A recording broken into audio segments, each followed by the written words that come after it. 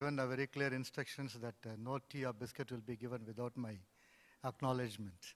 Just joking on the lighter side. So that the next 15 minutes we'll try to look at the occupational health perspective from occupational health from nursing perspective. Any hospital that you walk in, you cannot escape the sight of a nurse or the nurse keeping a watch on you.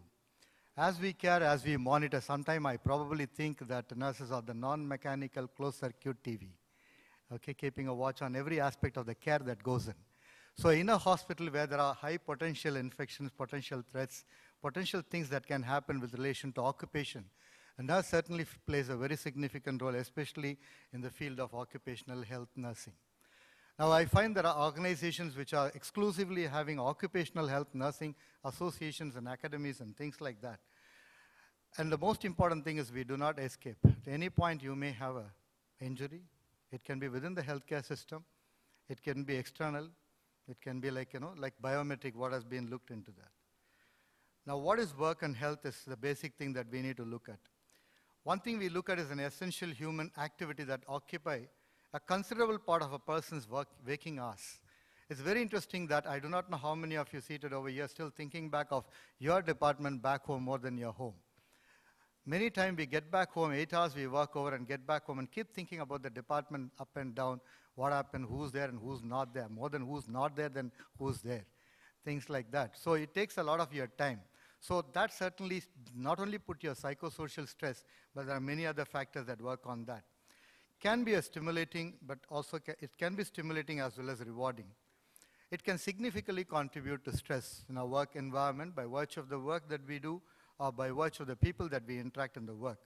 Now, health, we know quite well, is not merely the absence of disease, but a state of complete physical and mental, social, spiritual well-being as by the World Health Organization. Now, what is occupational health? I'm sure from morning we have been going on to that, so I wouldn't go into that, but rather look at this interesting facet. Now, if you look at, there are two pictures that you find very interesting. One, you know well, is Messi, who's trying to juggle and balance his football. The other is a lady who's kind of doing it probably routine, which Messi cannot do. Okay, so I think we give a compliment to how Indians can handle multitasking rather than single tasking. We are professional multitaskers. Now, if you look at that, there's something very interesting. Very way of our living is a balance. We are trying to achieve a balance between our work and health. And many times, it's the question of how balanced we are. Some of us are very good in work, but not very good at home, or not very good with health. Some of us are very good at home, very good at health, but not very good at work. But there are also some who are not good at both is a different story.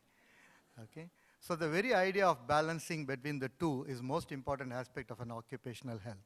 And I think that becomes important. That's why we try to look at what is an occupational health nursing. Number one, we try to look at that it's an application of nursing principles conserving the health of the workers at the workplace. And second is based on the principles of recognition, prevention, and treatment of illness and injuries. And formerly, it was industrial nursing. Earlier, the occupational health nurse were more in industries, factories where they employed a nurse for surveillance, for monitoring, for regular checkup, and things like that.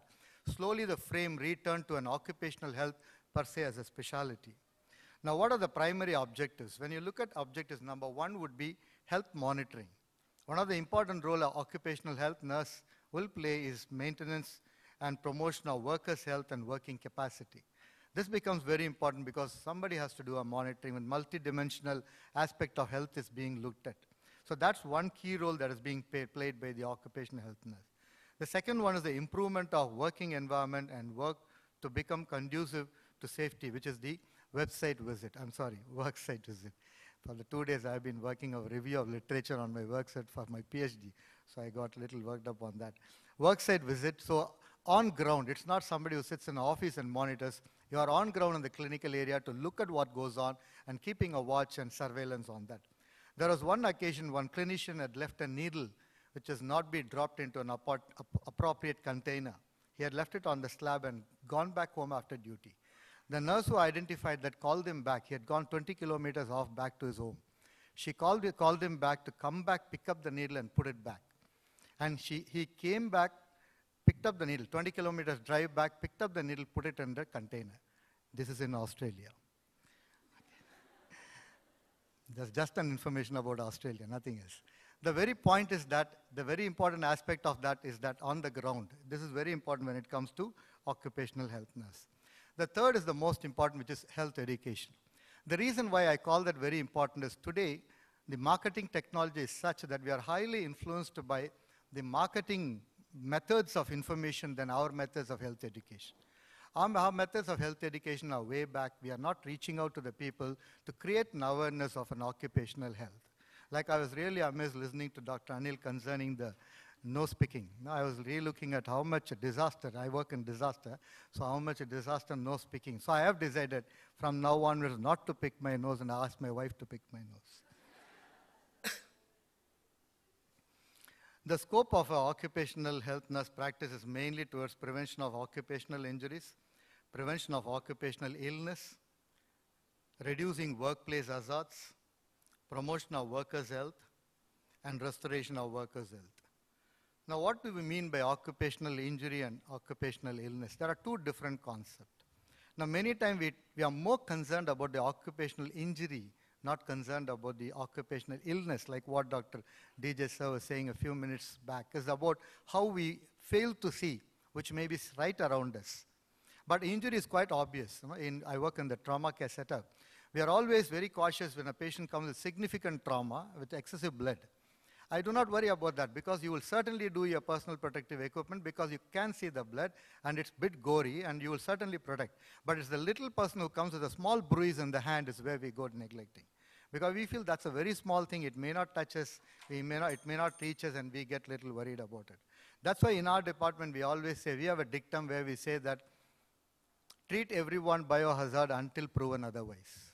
So this is the dictum that we use in our department. So the injury one side, on illness on another side is a major concern. Okay, there are a few factors that certainly do play a role in disease development, especially with focus to a healthcare setting. The host factors, non-occupational exposures, lifestyles and hobbies, environmental factors. This is one main concern.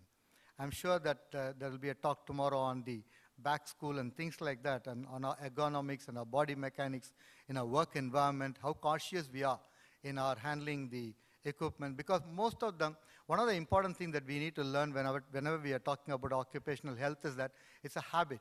It has to be a habituation. It's not something that can happen overnight. So that's something which is very important for us to re-look at and look at how that can. And lifestyle alteration, very interesting. I rightly do agree that how we eat a lot within the department setup. We walk in with a cup of tea.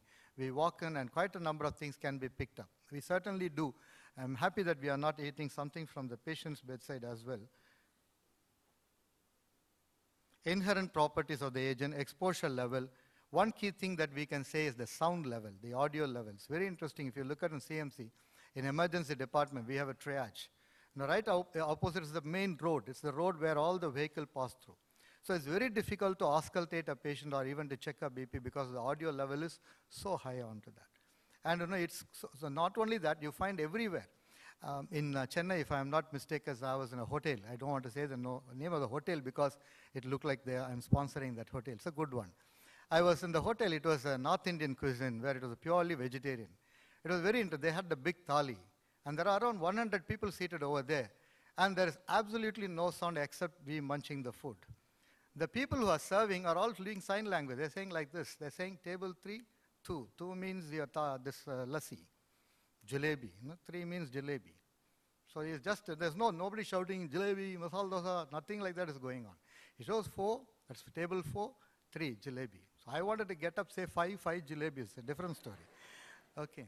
But the whole thing was a non-audio. But it's a hotel. Hotel is supposed to be an entertaining and relaxed zone.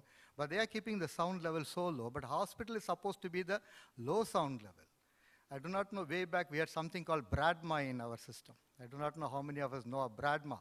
We slide it and put a chart and bang it on that. You bang it on, then ask the patient, are you getting good sleep in the night? And I want to document. Okay. So exposure level, exposure length, and other workplace stresses are high. This is an interesting finding recorded by a particular researcher who says that how do you identify between minutes and decades? Like cancer, like sickness, like illness, like infection. They take a decade for you to identify. But there are bruises, there are accidents, there are falls which are identified in minutes. So what's very important, how do we draw a balance? And that's where an occupational health nurse comes on to identifying that. I won't go into details of this because we are quite very aware of how disease prevention role is being done. But the most important fact is how do you look at a lower level and at a higher level of surveillance? And that is where a nurse comes into the picture. One of the important aspect of an occupational health nurse is to look at the surveillance. And how best can you watch onto? How best can you prevent onto? That becomes very important onto that. Now, workplace hazards. This is very interesting. I'm sure you are thinking about the lion, which is a great disturbance to the man in the tent, but it is actually other way around. He is the disturbance to the lion because that place belongs to the lion. He has gone and put the tent there and he is lying down. He is a menace to the lion, not the lion a menace to the person. Because when we built a house, there were snakes around. So I was telling my HOD at that time, I was telling him, sir, there are snakes coming near my house. So he was telling, you have built house near their house. Okay. It is not that they have built coming to your house side. You are disturbing their environment. So many times occupational health, we are looking every other person as a hazard to us. But inevitably, how much are we thinking, are we an hazard to our neighbor? And that becomes a very important aspect of that. So you can have physical hazards, chemical hazards, bio, that's all being covered in the whole process of this conference. I wouldn't go on to that. Who are the occupational health team? You need to have a complete team. It's a physician, occupational health nurse, epidemiologist, hygienist, toxicologist, industrial psychologist, ergonomist, occupational therapist, physiotherapist, and health educator, and safety engineer. Now, if you look at that, if there are treasury people seated over here or auditing people sitting over here, they'll surely say, we cannot employ this umpteen number of people with 10,000 rupees a salary per month, and they will come and tell that you are getting infection, go out of the job. Okay, so that will be a big concern, and that is again where we can narrow down to a occupational health who can significantly play a role. This is a concerning picture how children are being disturbed. We are always concerned about the educated and awareness and things like that. But today there are significant vulnerable population which are being neglected completely. And we do have a responsibility. We do have a role to play. And that's where the occupational health nurse would come. 5 major roles that we can look as clinical practitioner, administrator, educator, researcher, and consultant. This is how an occupational health nurse can play a role in a hospital. Number 1 is the clinical nurse practitioner. We do have one in CMC, an occupational nurse practitioner. I would be deeply delighted if that person would have presented this particular session, but inevitably. What do the clinical practitioner or the occupational health nurse practitioner do? Number 1, perform surveillance and nursing care. And one of the important things is to collaborate and communicate and consult with the occupational health team. This is very important factor because it's a teamwork. It's not a single person. You talk about air, you talk about water, you talk about food, you talk about many things, radiation. It's a teamwork that has to come into that. And maintain accurate, concise, and complete record, which you will agree that nurses are the most efficacy, that even their letters to their husbands are also very detailed. And nowadays, you don't write letter, only SMS. Initiate referrals to hospitals and clinics. Conduct health screening programs. Maintain professionalism and ethical conduct. This is very important. Occupational health does not permit you to get every possible data that you want to get about your neighbor. It has to be ethical. It has to have a control by which there is a control of the data or the information or many things that may come to your notice by virtue of need of occupational health. So you need to get the data in order to develop and improve a program which will benefit the team which is working over there. Administrator, certainly maintain awareness of the legal current trends in the occupational health, formulate policies for occupational health and safety. Educator, as I highlighted earlier, which is very important because we play a very key role in educating and creating an awareness, not only that, following up to see that it is being successfully carried out so that appropriately it can reach out. Utilize experts in the occupational health, like specialties, like how we have gathered over here. The team can utilize those resources for the benefit of the welfare of the worker and for the patient. Researcher participates in the development and implementation as a key field, which is a little neglected field in our healthcare, especially with occupational health. Maybe a little concerned or negative because we don't want to show out some of the findings that may be a little disturbing to a general publication or to a general public awareness, but it is factual. We need to know that. It is the reality. It is not something later that it's like a bombshell comes in. So it's better to identify it earlier. You may hold back certain data which are probably confidential, but then it's important to research, document, and highlight so that that can be utilized for the welfare. Disseminate the research findings, incorporate research results into practice.